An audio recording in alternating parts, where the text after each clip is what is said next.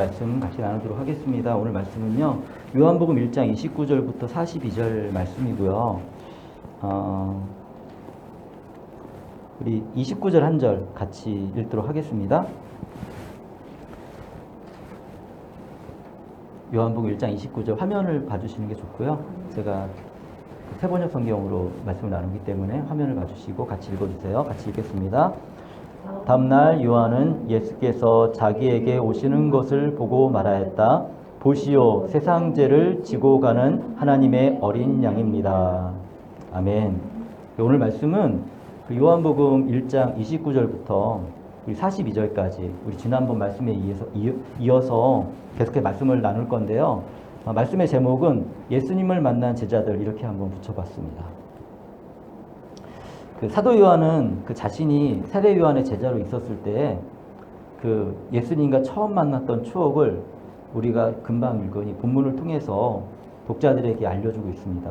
이제 사도 요한이 어떻게 예수님을 만났는지 오늘 본문 말씀을 통해서 우리가 알 수가 있어요. 이 일은 어디 있었냐면 지난주에 나눴던 베다니에 있었습니다. 베다니는 나사로가 살던 베다니가 아니라고 얘기해줬죠. 베다라바라는 지역이었고요. 세례 요한이 물로 세례를 주던 곳에서 있었던 일입니다. 그러면서 오늘 본문 말씀 금방 읽을 말씀인데 이렇게 말하고 있습니다. 다음 날 요한은 예수께서 자기에게 오시는 것을 보고 말하였다. 보시오, 세상 죄를 지고 가는 하나님의 어린 양입니다. 밑에 설명 보면 제거하는 또는 치워 없애는으로 번역할 수 쓰여 있습니다. 세례 요한은 예수님께서 자기에게 다가오시는 것을 보면서 자신의 주변에 있는 제자들하고 사람들에게 말을 합니다. 여러분 보세요. 여러분 보십시오. 세상의 죄를 없애주시는 하나님의 어린 양입니다. 세례 요한은 예수님이 해야 할 일이 무엇인지 알고 있었죠. 세상의 죄를 없애주는 일을 예수님은 하셔야 했습니다. 하나님 보실 때 세상은 죄로 가득하고요. 가득 차 있고 이 죄를 없애주실 어린 양이 필요했습니다. 그 역할을 예수님께서 맡으신 거예요. 예수님도 하나님이시잖아요. 동등된 하나님이신데 예수님께서 우리의 죄를 대신 지기 위해서 이 땅에 오시기로 결정하신 거죠. 왜 그러냐? 우리 인류의 역사를 돌아볼 때 인류 역사를 어떻게 볼 수 있냐면 일반적인 그 인류학자가 어떻게 얘기하고 있냐면 사륙의 역사 이렇게 표현하고 있어요. 그래서 보면 인류학자 제러드 다이아몬드의 책을 보면 그 책 이제 총균세라는 책이 있는데 그 책에서 쓰여져 있는 거거든요. 뭐라고 쓰여져 있냐면 페이지 45페이지에 이렇게 얘기하고 있습니다. 인간이 도착하면 동물의 멸종 역사가 있다. 이렇게 표현하고 있어요. 인간이 가는 곳에서는 동물들이 멸종한다. 사실 지금도 우리 인류 때문에 많은 동물들이 지금 멸종하고 있습니다. 우리가 개발하고 하면서 우리는 유익해지고 풍요로워질 수 있겠지만 자연이 파괴되고 동물들이 사라지고 그래서 지금 남아있는 동물들은 우리가 먹기 위해서 기르는 동물들이 세상에서 제일 많아요. 그리고 자연 속에 살던 동물들은 지금 거의 많이 없어졌습니다. 또 이렇게도 얘기하고 있는데요. 1855년 12월 마오리족은 모리오족을 공격해서 전멸시켰다. 같은 계통의 조상, 그러나 더 발전한 문명의 사람들은 덜 발달된 사람들을 정복하고 죽인다. 그의 책에서 이렇게 얘기하고 있습니다. 이것도 페이지 56페이지에 나오는 거거든요. 그러니까 일반적으로 연구하는 인류학자들이 볼 때도 인간의 역사는 파괴와 멸절의 역사다. 이렇게 보고 있는 거죠. 이걸 통해서 수많은 사람들이 고통을 받고 있습니다. 자, 그러면 이게 어디부터 시작된 것이냐? 그거는 인간이 에덴을 떠나면서 제일 첫 번째 살인자가 누구였죠? 가인이었죠. 자신의 생존을 위해서 그리고 자신이 하나님 앞에 더 부각되기 위해서 자연을 파괴하고 살인과 약탈을 하는 모습들이 우리 인류 역사 속에서 계속 보이고 있습니다. 이거는 오늘날도 지금 일어나고 있는 것입니다. 방법은 조금 변화된 것 같아요. 그런데도 불구하고 인간은 끊임없이 풍요와 안락한 생존을 위해서 자연과 다른 사람들을 희생시키고 있습니다. 이것이 인간의 모습이에요. 인간들이 하나님을 떠나서 행하는 많은 죄로 인해 가지고 세상을 살아가는 많은 생명과 자연이 지금도 신음하고 있습니다. 이거를 피부로 느끼시는 분도 있을 거고 그렇지 않은 분들도 있을 거예요. 그렇지만 어떤 사람은 지금 죄로 인한 상처로 인해서 어떤 사람들은 지금도 역시 신음하고 있습니다.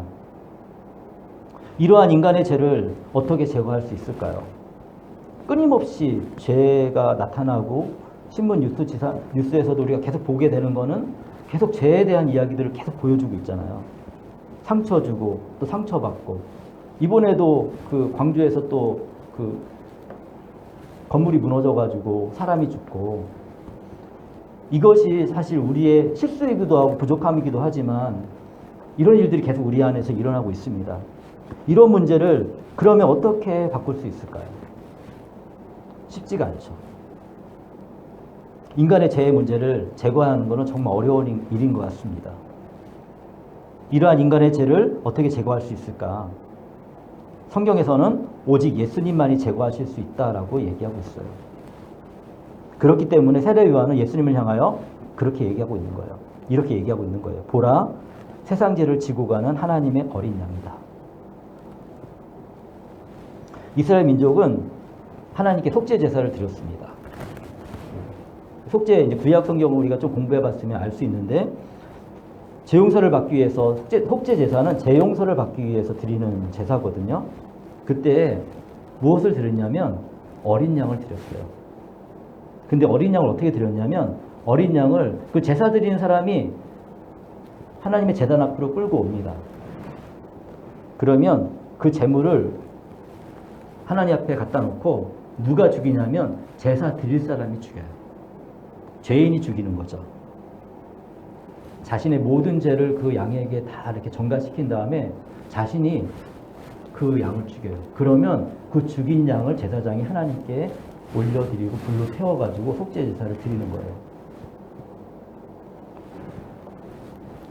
우리가 성경을 읽어가면 읽어갈수록 하나님이 정하신 법을 이렇게 정말 그렇게 이끌어 가시는구나를 이렇게 느끼게 되는데, 왜냐하면 예수님이 이 땅에 죄를 제거하시기 위해서 왔죠. 그런데 예수님이 누구의 손에 죽었죠? 죄인들의 손에 의해서 죽은 거예요. 우리 인류가 예수님을 죽였죠. 하나님의 규칙에 따라서, 하나님 정하신 법에 따라서 인류는 자기가 그렇게 하는지도 몰랐지만 예수님을 강압적으로 죽였지만 결국에는 인류의 그 모든 죄를 담아가지고 예수님께 다 전가시켜가지고 인류가 예수님을 죽인 거예요. 그리고 예수님은 스스로 제사장이기 때문에 자신을 하나님께 올려드렸습니다. 이것이 바로 예수님께서 이 세상에 오신 가장 중요한 목적 중에 하나예요. 그래서 예수님은 우리 인류의 죄를 용서하기 위해서 희생제물로 이 땅에 오셨습니다. 그리고 나서 세례 요한은 계속해서 예수님이 어떤 분이신지 우리에게 설명해주고 있거든요. 이제 그 다음 말씀 한번 보도록 하겠습니다. 30절 말씀인데요. 내가 전에 말하기를 내 뒤에 한 분이 오실 터인데 그분은 나보다 먼저 계시기에 나보다 앞서신 분입니다. 한 적이 있습니다. 그것은 이분을 두고 한 말입니다. 이 말씀은 언제 했냐면 요한복음 1장 15절에서 우리가 봤어요. 이 말씀을. 세례 요한은 이렇게 증언했고, 그리고 바로 지금 예수님이 앞에 다가오자 내가 말했던 그분이 바로 저분이시오 라고 얘기하고 있는 거예요. 그러면서 증언하고 있는 것입니다. 그러면서 계속해서 말씀하고 있는데 31절이에요. 나도 이분을 알지 못하였습니다. 내가 와서 물로 세례를 주는 것은 이분을 이스라엘에게 알리려고 하는 것입니다 라고 얘기하고 있어요. 세례 요한은 약속된 메시아가 누군지 직접적으로 미리 알지 못했다라고 고백하고 있습니다. 그리고 이 본문 말씀에 보면 세례 요한이 물로 회개의 세례를 준 것은 이미 오신 메시아를 이스라엘에게 알리려고 한 것임을 우리가 알 수가 있어요. 자, 그러면 우리가 먼저 또 여기서 생각해 봐야 될 게 있는데 뭐냐면, 그럼 과연 세례 요한의 세례는 어디에서부터 온 것일까? 좀 이런 질문들을 우리가 해볼 수 있죠. 세례 요한이 예수님보다 먼저 오시긴 했어. 그렇지만 예수님이 더 앞서신 분이야. 근데 세례 요한이 세례를 줬어요. 예수님이 처음부터 세례를 준 게 아니라 세례 요한부터 세례를 줬잖아요. 그죠? 자, 그러면 이 세례요한의 세례는 어디서부터 온 거지? 왜 세례요한은 세례를 줬을까 생각해 볼 수 있습니다.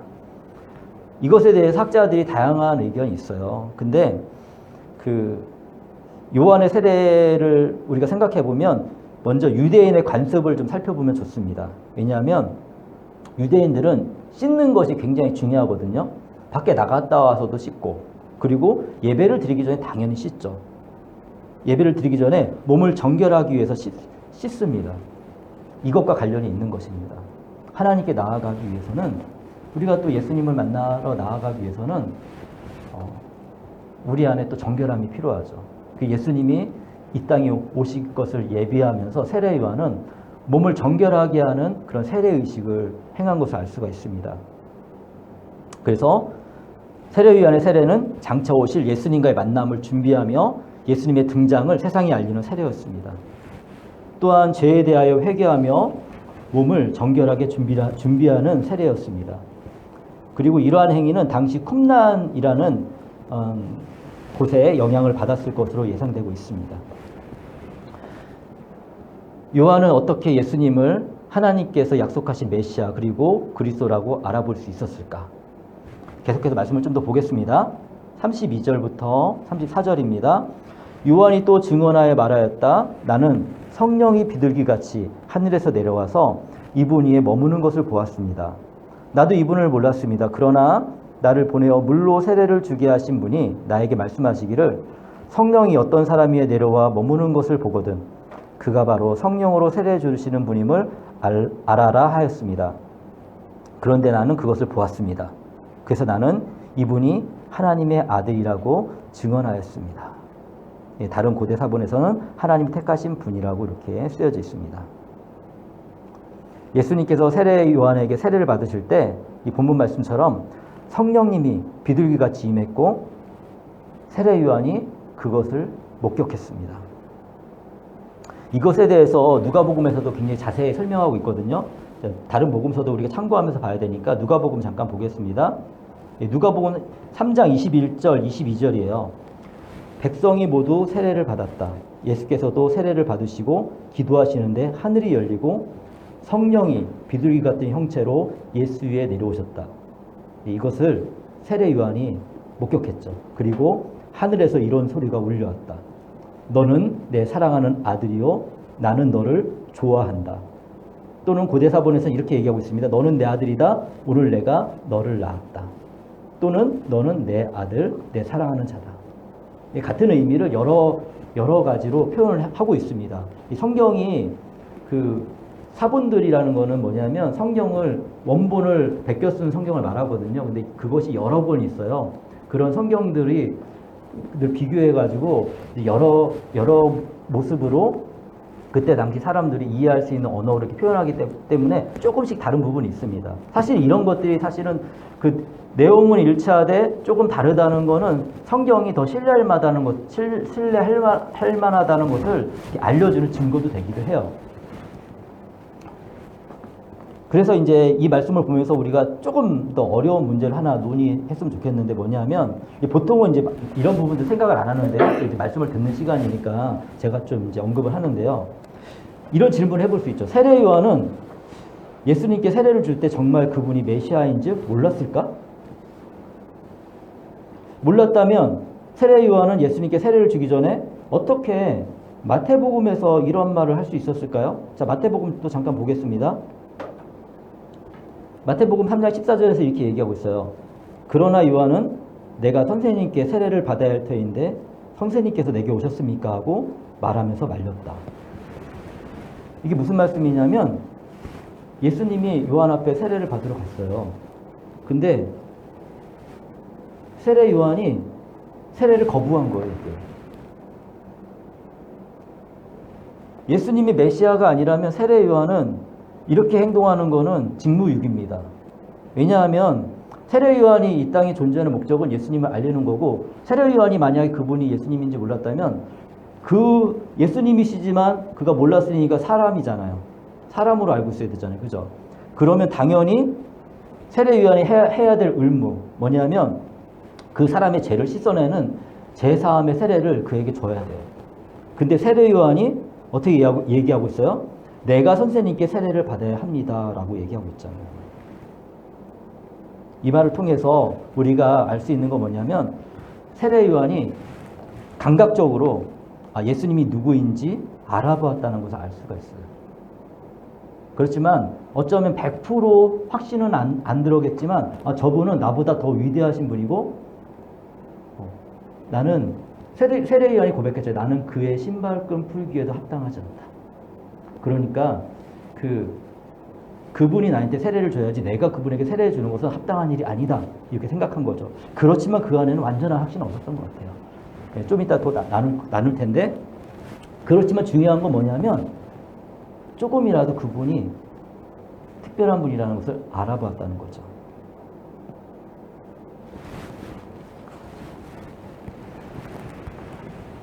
그런데 왜 우리가 읽고 있는 요한복음에서 사도 요한은 1장 33절에 나도 이분을 몰랐습니다 라고 기록하고 있을까? 이거에 대해서 이렇게 답을 해주는 신학자가 있습니다. 그래서 저도 그 신학자의 말을 들으면서 그럴 수 있겠다 생각이 들었어요. 뭐라고 얘기하냐면 세례 요한이 이렇게 말하고 기록한 것은 세례 요한의 예수님을 향한 확증을 위해서라기보다 그러니까 세례 요한이 이분이 예수님이구나 확신을 주기 위한 것이 아니라 이 이야기를 듣는 우리 모두에게 예수님이 누구인지 확증을 주기 위한 것이라고 말할 수 있다.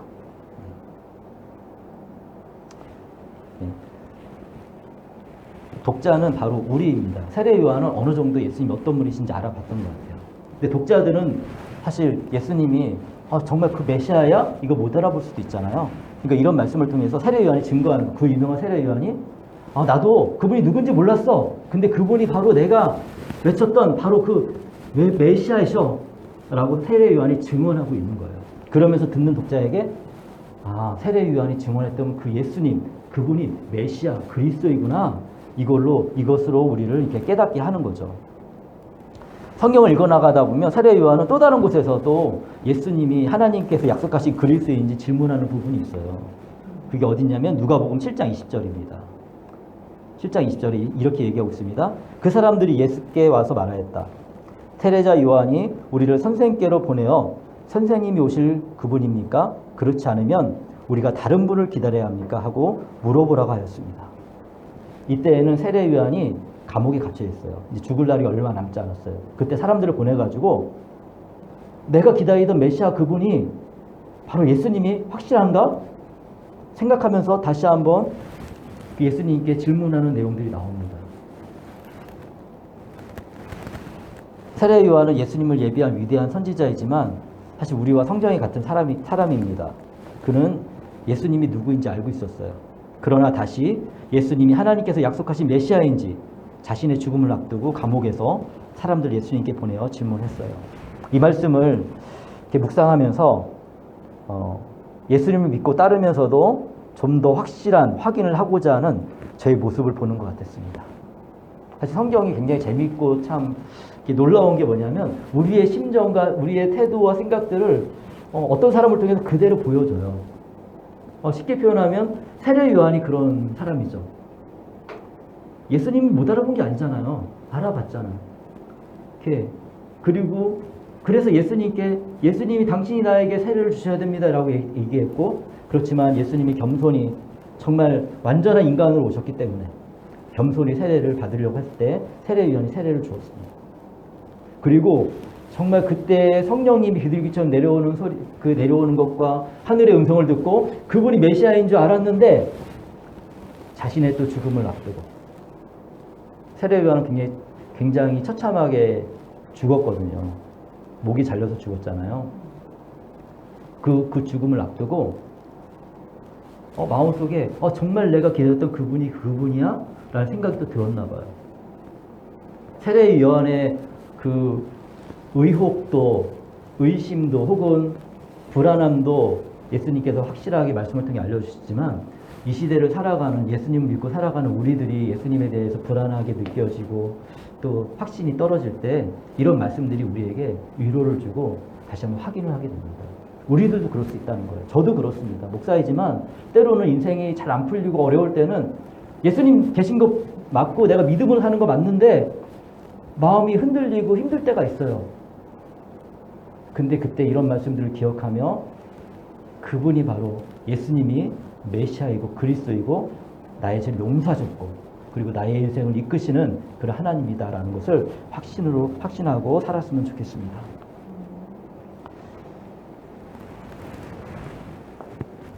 세례 요한은 우리에게 분명하게 말해주고 있습니다. 나는 성령이 비둘기같이 예수님께 내려오는 것을 보았어. 예수님이 바로 우리가 기다리던 메시아 그리스도이셔. 세례 요한은 물로 세례를 주었죠. 그러나 이제부터 예수님께서 우리에게 성령으로 세례를 주실 것입니다. 자, 그러면 또 여기서 질문 하나 하겠습니다. 어떻게 성령의 세례를 우리는 받을 수 있을까요? 사실 성령에서 분명히 얘기해주고 있습니다. 예수님을 마음으로 믿고 받아들일 때 성령의 세례를 받을 수가 있습니다. 하나님의 자녀가 되고 영원한 생명을 가지게 되는 것입니다. 왜냐하면 예수님을 우리가 믿고 받아들일 때 성령님이 우리 안에 들어오시거든요.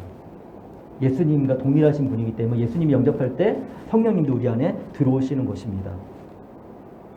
예수님을 통해 성령의 세례를 받은 사람이 누구냐면 이 의문도 우리가 풀 수가 있습니다. 뭐냐면 요한계시록에서 말하는 이마에 도장을 받은 14만 4천 명에 속한 사람들이 바로 그 사람들입니다. 예수님을 믿은 사람들, 성령의 인치심을 받은 사람들, 14만 4천에 속해 있는 사람들. 그 사람이 누구냐? 예수님을 인격적으로 믿고 따르는 참 이스라엘, 참 믿음의 사람들을 말하는 거예요.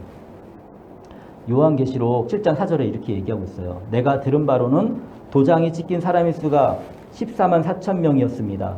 이와 같이 이마에 도장을 받은 사람들은 이스라엘 자손의 각 지파에서 나온 사람들이었습니다.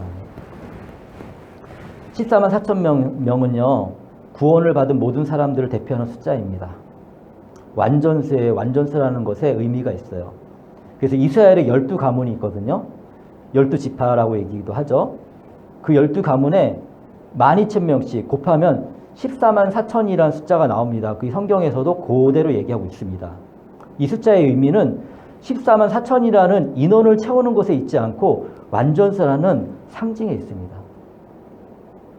이러한 이제 사실들을 우리가 천천히 성경 전체를 이렇게 이해해 나가면서 이렇게 알게 될 거예요.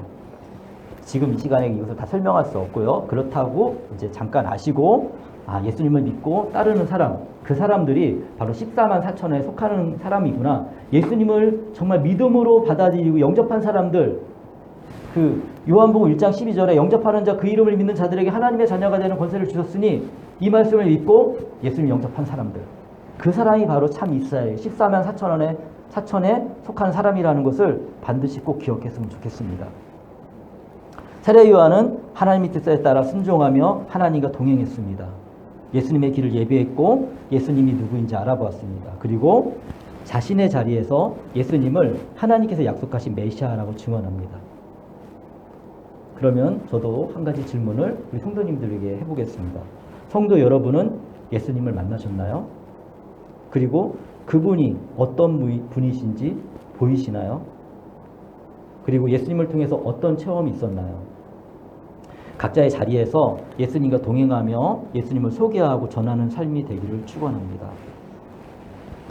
주님께서 주님의 제자들인 우리들의 평범한 일상을 사용하셔가지고 더 많은 비신자들이 예수님을 믿고 성령의 세례, 성령의 도장을 받아서 하나님 나라의 백성이 되기를 기도합니다. 자, 사도 요한과 예수님은 어떻게 만나게 되었을까요? 근데 이 장면에서 예수님을 만난 제자들이잖아요. 저희 제목이. 예수님의 제자들이 어떻게 예수님을 만났는지 이렇게 설명해 주고 있습니다. 요한복음 1장 35절 말씀입니다. 그 다음 말씀 보겠습니다. 다음 날, 일이 있고 나서 다음 날 요한이 다시 자기 제자 두 사람과 같이 서 있다가 이 두 제자는 사도 요한과 안드레입니다. 36절에 예수께서 지나가시는 것을 보고서 보아라 하나님의 어린 양이다 하고 말하였다. 세례 요한은 예수님을 보고 제자들에게 말했어요. 보아라 하나님의 어린 양이다. 이 말을 듣고 사도 요한과 안드레는 즉시 예수님을 따라갑니다. 37절인데요. 그 두 제자는 요한이 하는 말을 듣고 예수를 따라갔다. 어쩌면 세례 요한에게는 제자들의 이런 행동은 굉장히 괘씸한 일 아닌가요? 저는 약간 괘씸하다는 생각이 들 것 같다는 생각이 들었어요. 그래도 그동안 세례 요한하고 함께한 시간이 어딘데 갑자기 저분이 예수님을 보고 저분이 그 메시아다 그러니까 그냥 뒤도 안 돌아보고 그분을 쫓아가잖아요. 세상을 살아갈 때 인간관계 속에서는 이렇게 하면 안 됩니다. 인간적인 관계 속에서는. 그리고 지금 여러분들이 이제 각자 이제 교회와 우리 생명강교회 함께 하고 있고 또 교회와 관계 속에서도 이런 행동을 해서는 안 됩니다. 이것은 세례 요한과 제자들 그리고 예수님과의 관계 속에서만 가능한 일입니다. 허용이 되는 일이에요. 일단 세례 요한은 성숙한 사람이었습니다. 그리고 세례 요한은 알고 있었죠. 자신은 예수님의 신발끈 풀기에도 부족한 그런 사람인 것을 스스로 알고 있었어요. 그렇기 때문에 진짜 이스라엘 사람들에게 진짜 더 필요한, 자신보다 더 필요한 분이 누구냐? 예수님이시잖아요.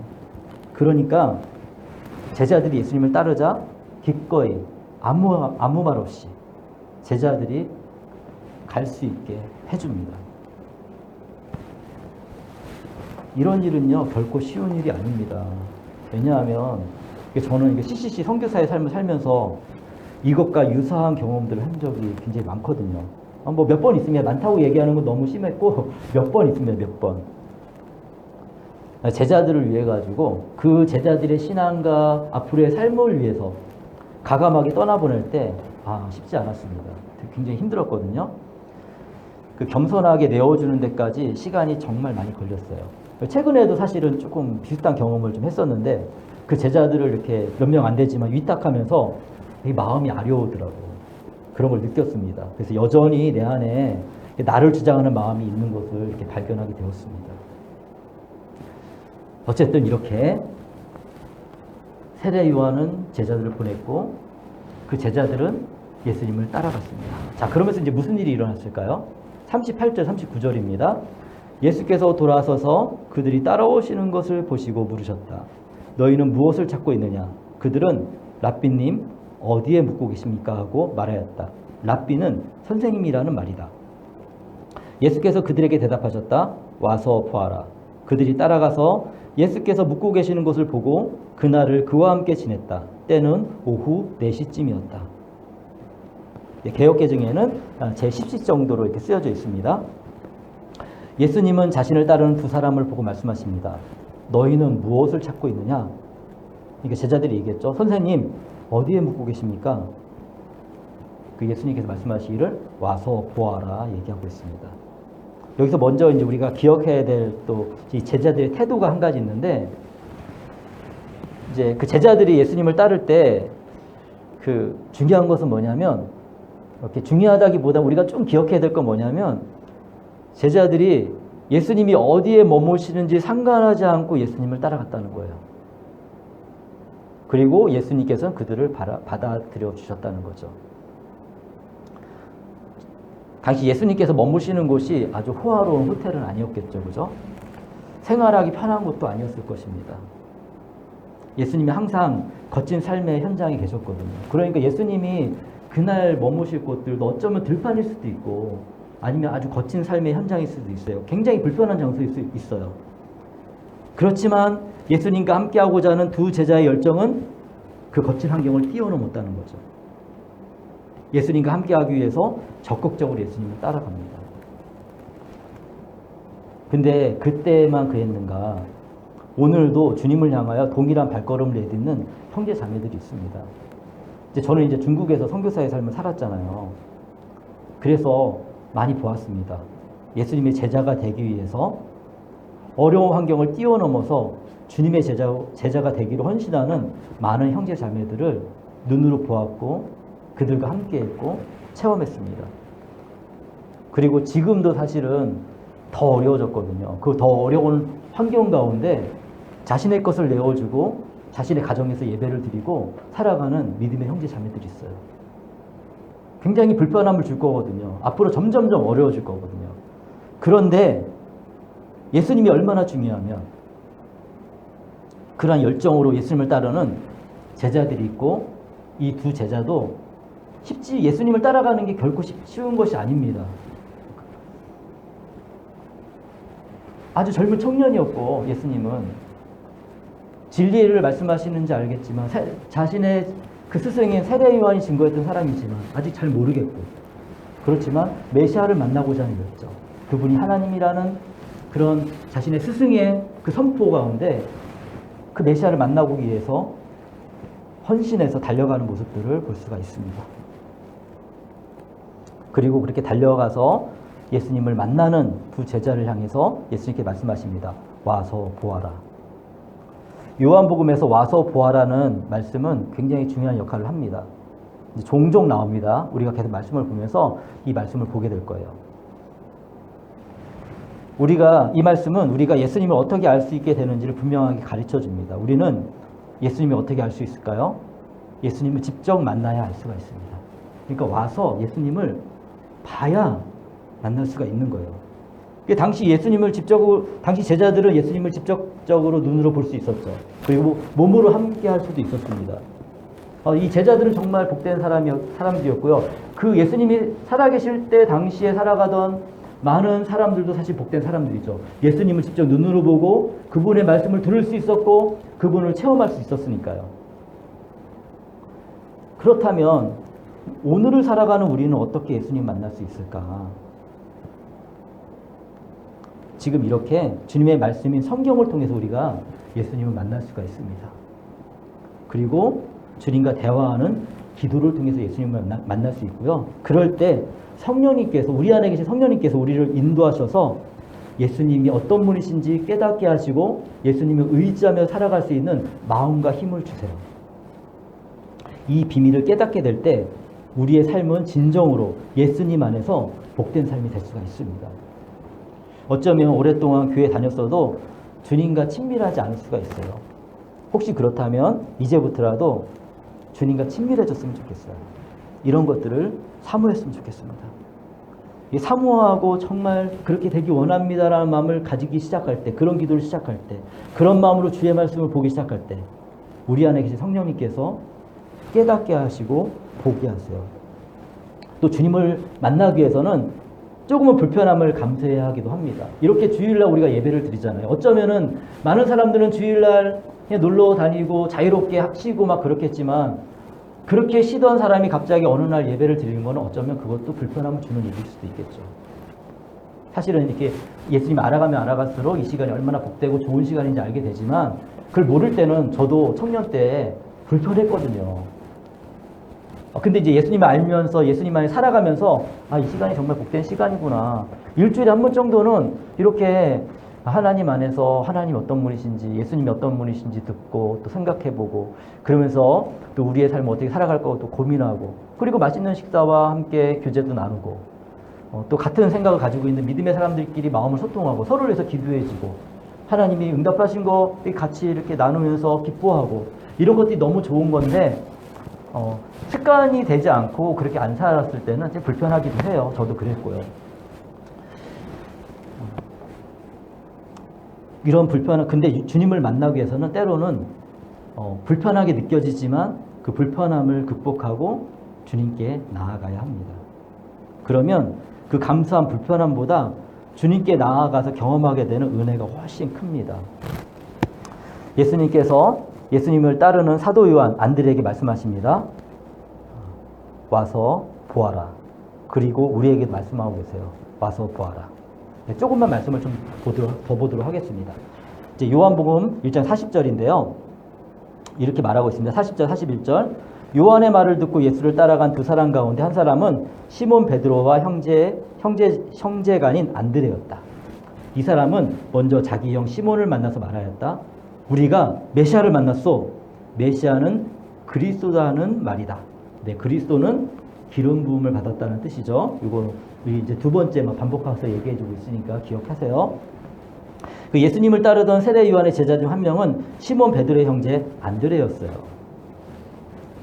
예수님을 만난 안드레는 너무 기쁜 일이잖아요. 그래서 바로 누구에게 달려가냐면 자기의 형 시몬에게 달려갑니다. 그리고 말하는 거예요. 형, 우리가 메시아를 만났어. 이렇게 말할 때는 우리가 알 수 있는 게 뭐냐면 안드레는 예수님이 메시아 그리스도임을 어느 정도 인식하고 알고 확신하고 있었다는 것을 우리가 알 수가 있습니다. 그렇지 않으면 막 이렇게 얘기하지 않겠죠. 그렇지만 만나보니까 그분이 메시아인 것 같아. 우리가 메시아를 만났어. 형도 한번 와서 봐. 얘기하는 거죠. 42절입니다. 그런 다음에 시몬을 데리고 예수께로 왔다. 예수께서 그를 보고 말씀하셨다. 너는 요한의 아들 시몬이로구나. 앞으로는 너를 게바라고 부르겠다. 게바는 베드로 곧 바이라는 말이다. 바이 또는 반석을 아람어로는 게바라고 하고 그리스어로는 페트라라고 합니다. 안드레는 형 시몬 베드로를 예수님께 데리고 갔습니다. 예수님은 시몬 베드로를 보시고 이렇게 말씀하시죠. 내가 너를 게바라고 부르겠다라고 말씀하십니다. 이게 우리 말씀에서 이렇게 쓰여져 있듯이 게바는 그리스어로 페트라예요. 그리고 바이란 뜻이고 반석이란 뜻이고 우리 한국어 성경에는 이 페트라를 베드로라고 기록하고 있는 거예요. 그래서 베드로라고 우리가 부르는 거예요. 그래서 우리가 흔히 알고 있는 베드로라는 이름은 예수님이 지어주신 이름이고 이 베드로라 불리는 사람의 본래 이름은 시몬이라는 것도 우리가 알 수 있죠. 그래서 시몬 베드로 우리가 이렇게 부릅니다. 시몬 베드로는 평범한 어부였어요. 예수님을 만난 후 예수님의 제자가 되었고 그의 인생은 180도로 달라지게 됩니다. 여러분은 어떻게 예수님을 만나게 되었나요? 각자만의 스토리가 있을 것입니다. 지난 송구 영신 예배 때 잠시 언급했듯이 저는 저희 할머니께서 안드레 역할을 해주셨어요. 여러분이 예수님을 만나게 된 삶의 이야기 속에서도 가장 중요한 분이 누구인지 한번 생각해 보십시오. 저는 저희 할머니였고요. 그리고 저희 할머니를 보내신 예수님이셨어요. 우리 다 예수님이 사람을 보내가지고 우리가 만나주신 거죠. 그러니까 정말 중요한 분 예수님이고 또 만나게 그 통로가 돼주신 어떤 분이 계시겠죠. 예수님께서 오늘 우리에게도 말씀하십니다. 와서 나를 보아라. 예수님께 나아가서 예수님을 만나면 예수님께서 시몬에게 베드로라는 이름을 주시면서 그에게 사명을 주셨듯이 우리 각 사람에게도 적절한 사명을 주시고 감당할 수 있는 힘과 능력으로 성장시켜 주십니다.